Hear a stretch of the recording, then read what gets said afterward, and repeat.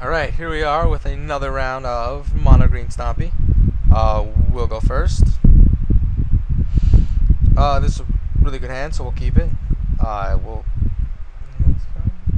No. Rogue Elephant's a really strong opener.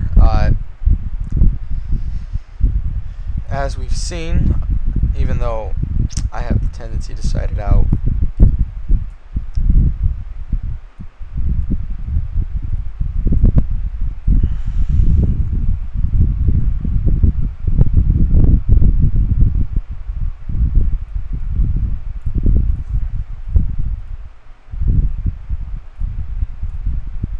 so that's like exactly the reason why Rogue Elephant might be cut. It might just be since when I made the deck, the meta has shifted toward, because if lots of the decks are light on creature removal, it's incredibly strong. And if there is a lot of creature removal going around, it's just not as good because of. And I feel like at this point most decks have an answer to it. So it's probably worth switching out for something else. What that something else is exactly is up. I mean, these could be Bone Splitters, and I think that would be pretty good. And then the Bone Splitters that are in here can be the Gathering Courages.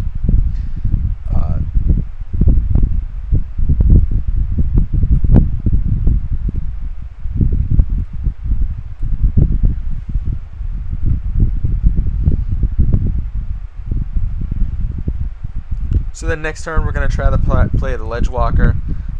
Cloudpost actually has a pretty tough time dealing with Ledgewalker because they can't capsize it and all of their removal is going to miss it.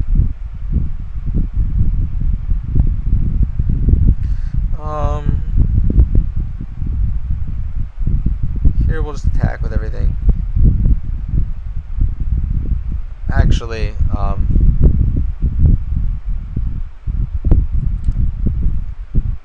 I probably clicked that too quickly. It would have been better to play the forest. This way, if he does have a lightning bolt or something, we'd be able to vines in response and get a lot of value out of it. Fortunately, we luck out and it doesn't make a difference, but that would have been probably the optimal play there.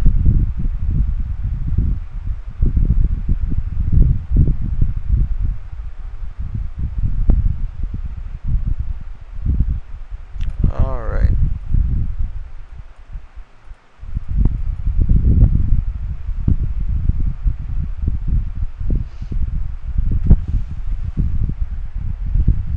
So actually, as it stands, assuming he doesn't play another Glimmer Post or we don't lose any of our creatures, which is unlikely, but we'll see what happens. We actually can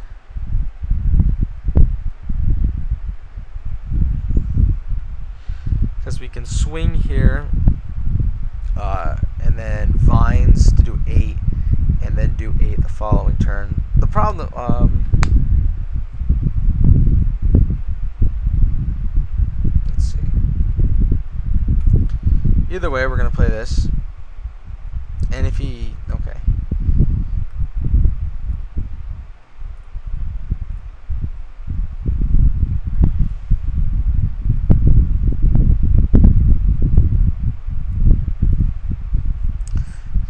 So if this all goes through, he'd be at 12, and then we.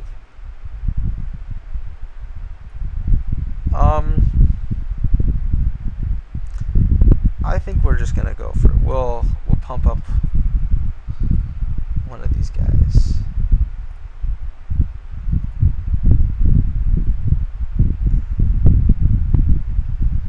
Lightning Bolt isn't actually I could be wrong on this, but Lightning Bolt doesn't see tons of play. Oh, does that? Okay. They usually run Flame Slashes over the Lightning Bolts, is what I was saying there before I was capsized. Even getting rid of capsize is also a pretty huge thing. It actually does a lot. It's easily the best card in the Cloudpost deck. I mean, because once it would be like at this point now where he could start bouncing our stuff back. He could also start bouncing back Glimmer Post and just gaining tons of life. So being able to put a stop to that is pretty worthwhile. So this turn we will swing for 5. Okay. He has 1 red up.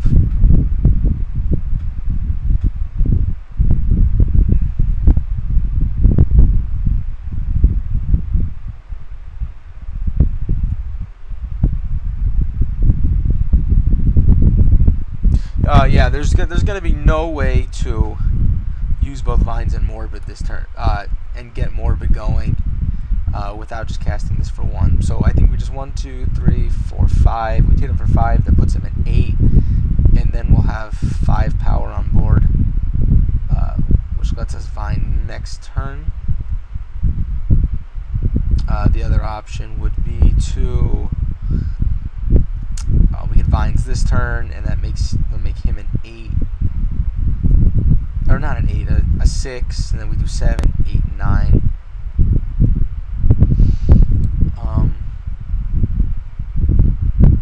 That might actually be better. But first we're going to tap, and then we'll turn Ranger.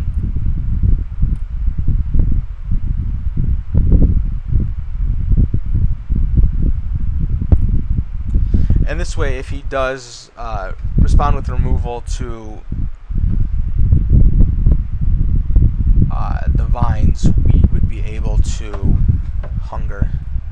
And then if he doesn't Hunger, we can just play the Ranger. So we should put it on. Just put it on. Actually, it would have been better to put on the Ranger. That was not correct, because it's the most dispensable creature. But anyway, so we hit for 9.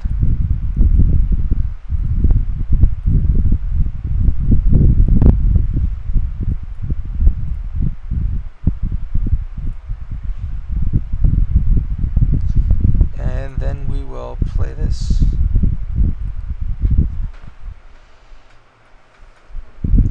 And this puts us in a pretty good spot for next turn. He has to do a lot to not lose next turn. That is not the best thing for us. 1, 2, 3, 4, 5. If he does tap out this turn, we can Hunger and then have lethal, but we'll see what happens.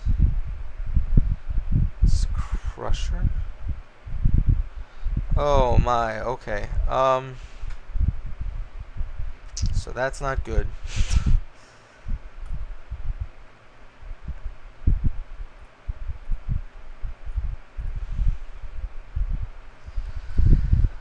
Oh man, and just like that, everything falls to pieces.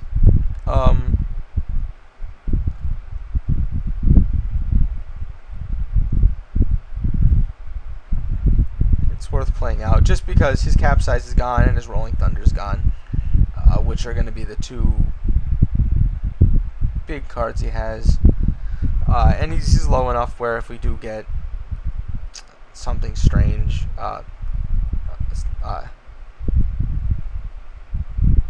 if we get a Ledgewalker or something, we might be able to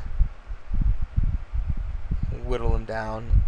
If Crusher, but he can have Crusher and stuff, and all the fun cards they have that are way too expensive for 3 lands.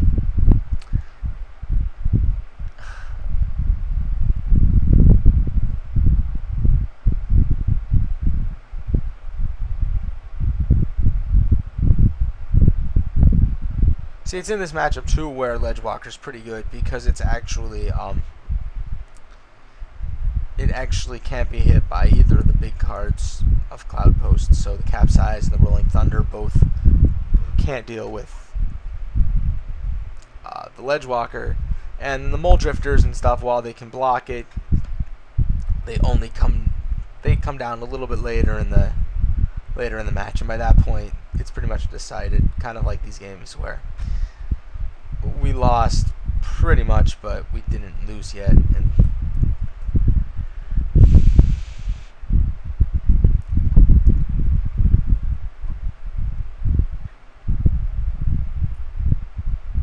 we'll play this because we have nothing to lose. He'll probably counter it.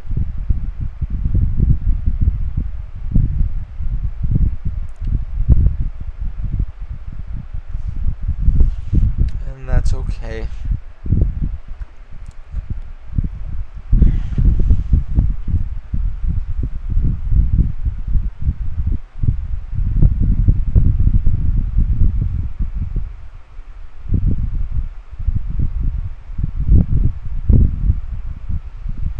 And we'll see what he gets, and he gets a Condescend. So this is interesting in that, I mean, we can infer from that he only has one copy of Capsize and one copy of Rolling Thunder in the deck, because he would have definitely gotten either of those. That doesn't actually put us in a good. We're just gonna. We'll see what we get on next draw, and with this, knowing that he has the Condescend and he has the Flashback on this, we have no way to win this game. So, in the interest of time and in the interest of your entertainment, we'll just concede this one and not play it out, because it's just going to be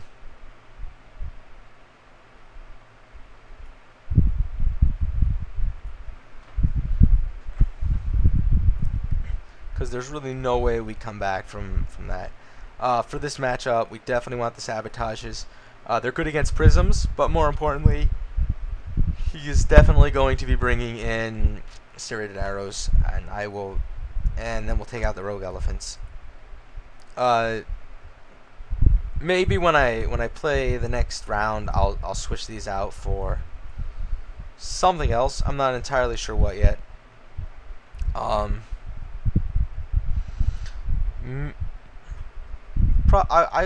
really like the Gather Courages, so I might just put those back in its place. If you want more creatures, Riverbow was a really good option for this deck.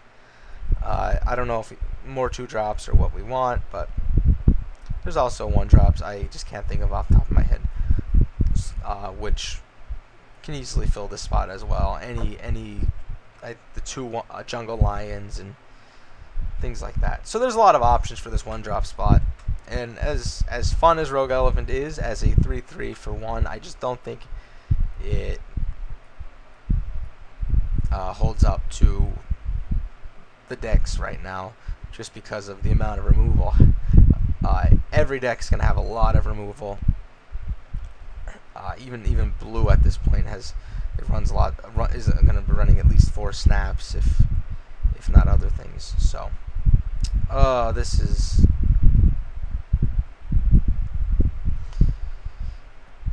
As much as I would like to keep this, well, okay, so the thing about this hand is that Ledgewalker, they really don't have an answer to, and if we start putting Bone Splitters on it, we're going to win really quickly. The bad part of this is that we run the risk of just being stuck on 1 land the whole game, and if he gets to... If he has some counter magic up, then we're really, really, really far behind. So I think we could, and we're also on the play, so we would have to hit our land on the next draw, so that's an argument for keeping, but I don't think we can keep this. Though if you wanted to get a little risky, I think it's perfectly acceptable.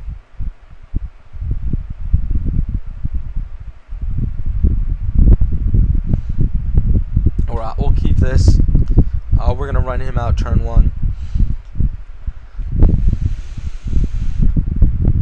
without Bloodthirst, and then go going from there, we'll see what. We still need another land drop. I guess he's debating on a mulligan, so we'll see what happens with that.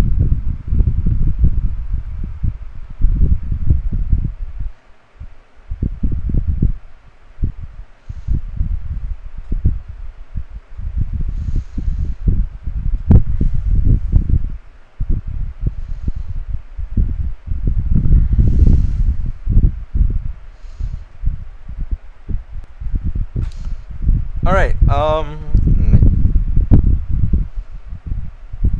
keep this. This isn't the best hand, but it'll do. The one out he will have to the ledge walker is going to be the seismic shutter, so that's something to keep in mind. Maybe we could force him to use it earlier. Oh, Geist Flame. Okay.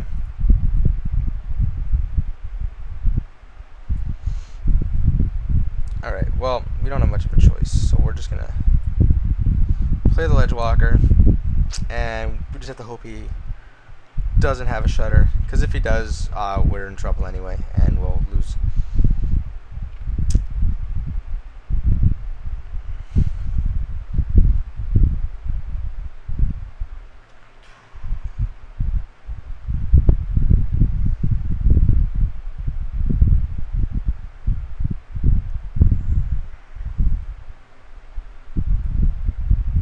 Let's attack.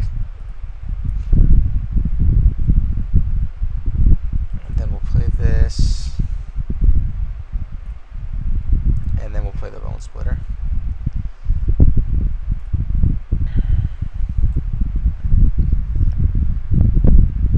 And if he has a shutter, I'd imagine he's using it now. Okay.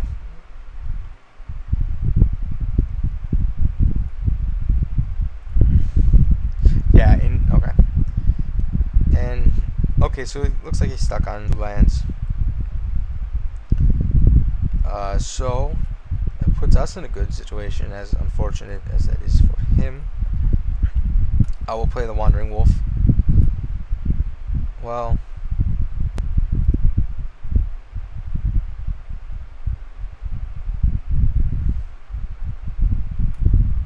yeah, because just having more creatures is gonna do.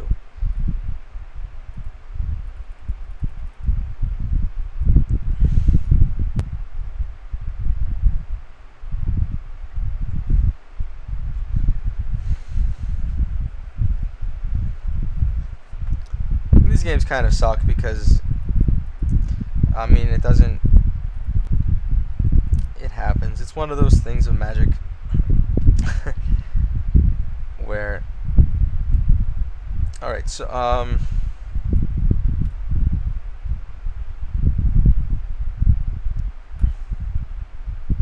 we'll put this on him and swing. We hit for 4. If he does, if he kills the Wandering Wolf, we have Hunger of the Howl Pack to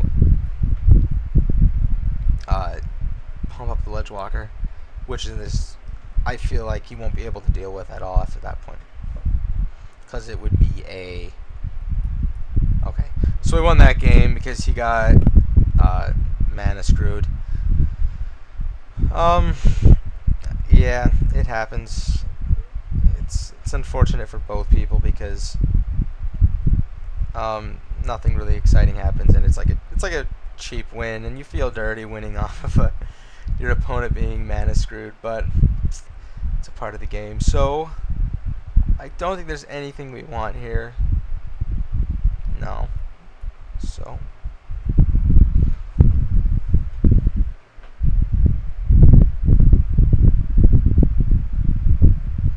alright, we'll keep this because we're on the draw. So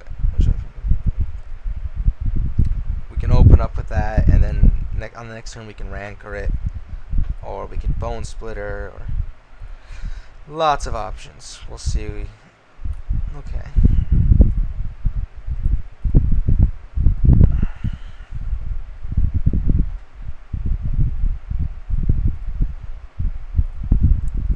Okay, that's interesting.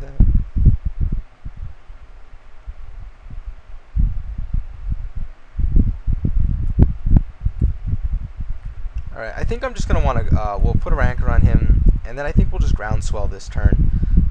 This way we know it gets in for 4. Because the other option would just be playing Bone Splitter, which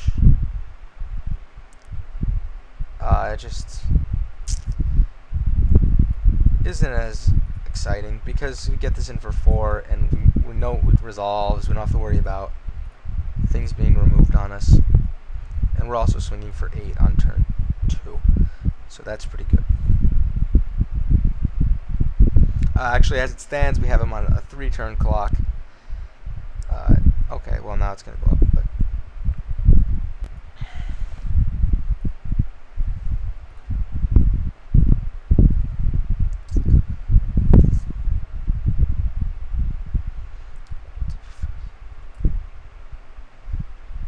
and then right now we can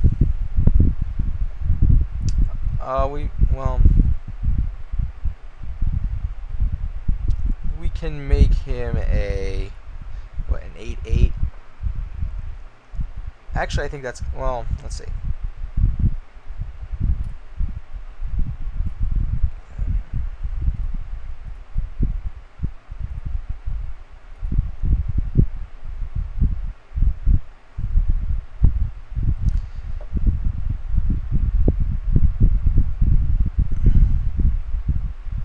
Okay, so we hit 6, he goes to 9, and then next turn we'll be able to do 9. And if he kills the Nettle Sentinel, we can put the rankers back on the Wandering Wolf. So I think that's the better play than just putting the Bone Splitter on him. Even though we're going to be missing out on 2 damage right now, we're less vulnerable to a pretty huge tempo hit. And we get to untap him, which is important. And alright, I mean, I guess you could have a Crusher right now. Okay, he does have a Crusher.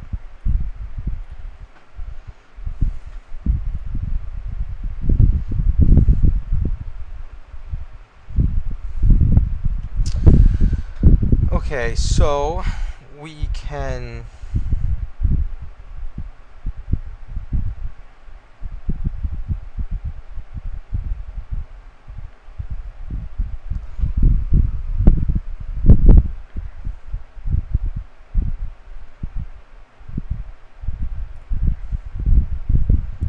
I think we'll play the Bone Splitter, and we can put the Bone Splitter on the Nettle Sentinel. And this way, if he blocks with Ulamog's Crusher, it'll trade. I mean, I guess we could.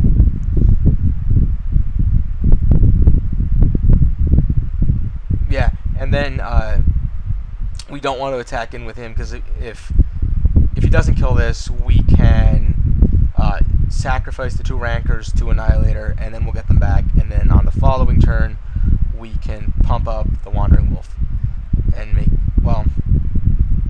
make him unblockable if he does have something else to play.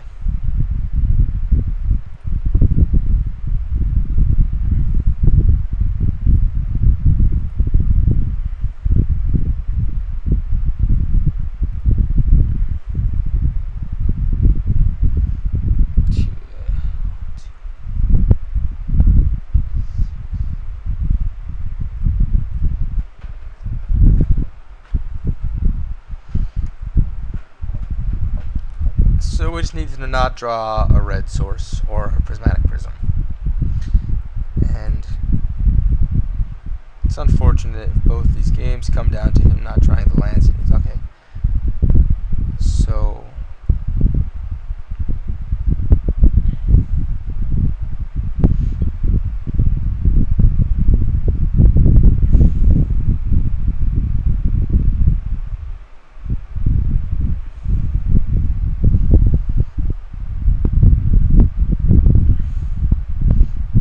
So this is probably going to die this turn to something.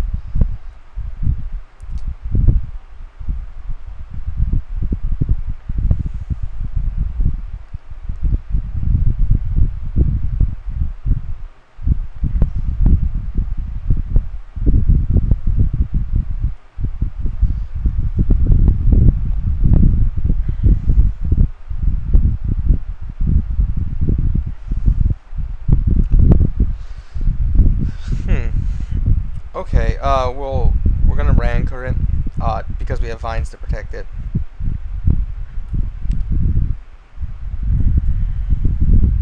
Which would make it, would be smooth. Okay,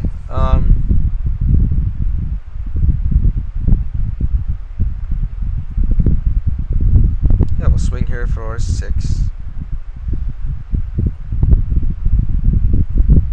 And then next turn we always have, okay, let's see what he does. 2 damage target creature. Alright, so now we can Vines of Astwood. We'll pump it. And we hit for 10.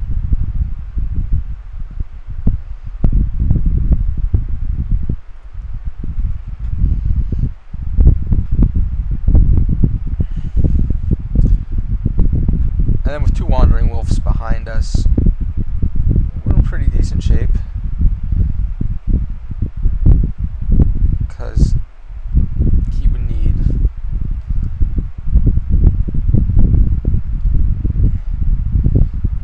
yeah, he would need ways to get rid of all of these things. Well, right now, obviously, this is the big threat on the board.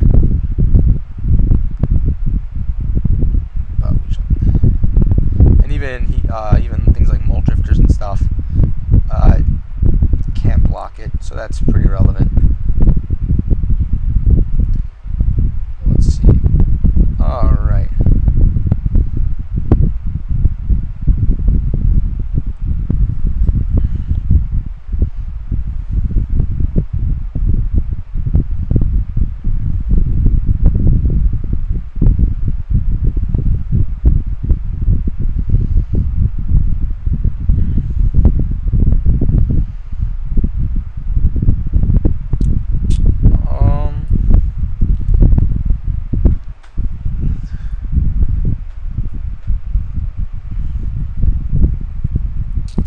Play the wolf.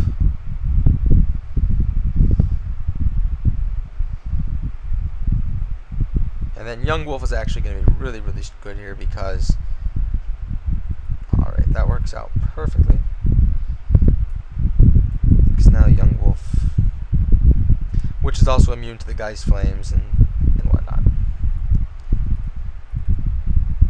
And then we can start moving Bone Splitters over and put Rancors on it. And, well, we still have to be careful with Rancor because he has the Geist Flame. So, even though it can't kill the young wolf, it will still cause us to lose our Geist Flame.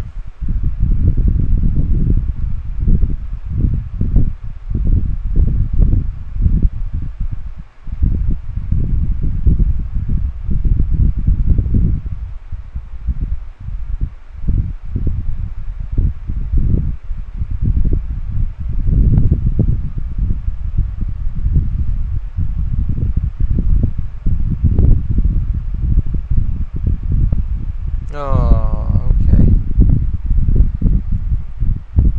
And this becomes an uphill battle very quickly. Luckily next turn, let's see, what is it? 1, 2, 3, 4, 5. Okay.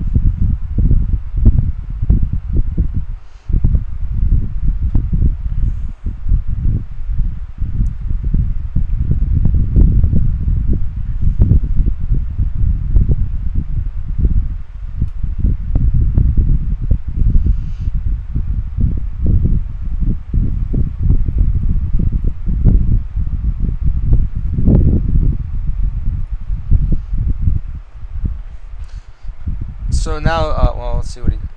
oh, he's going to Geist Flame the Wandering Wolf. Yeah.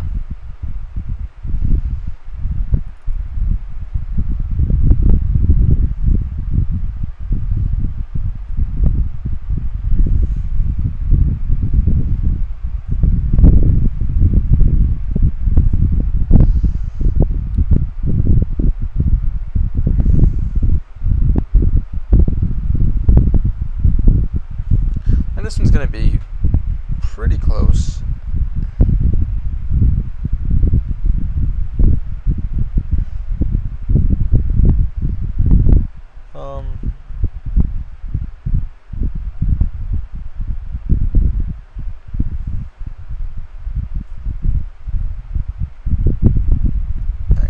turn, then we just run out 2 new creatures.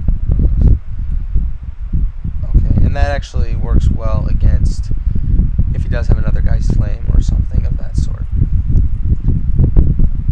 And we'll put a Rancor on that just for kicks.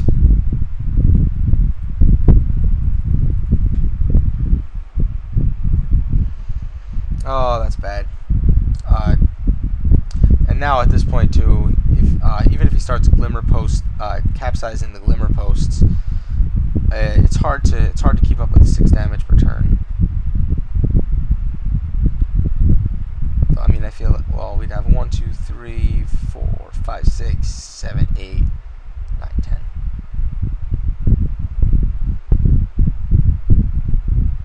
Oh, and he's gonna. All right, so we lose this one. This was a pretty close one in my opinion. I feel like it was played well for the most part. I'm trying to recall what happened with the Crusher, but there might have been some way to do that differently.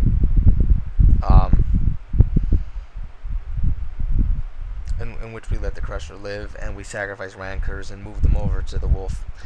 But I don't remember, and I think that was okay. It just came down to, I don't know. All right, I'll load up a new game, and I will start the video when that loads up. All right, see you there.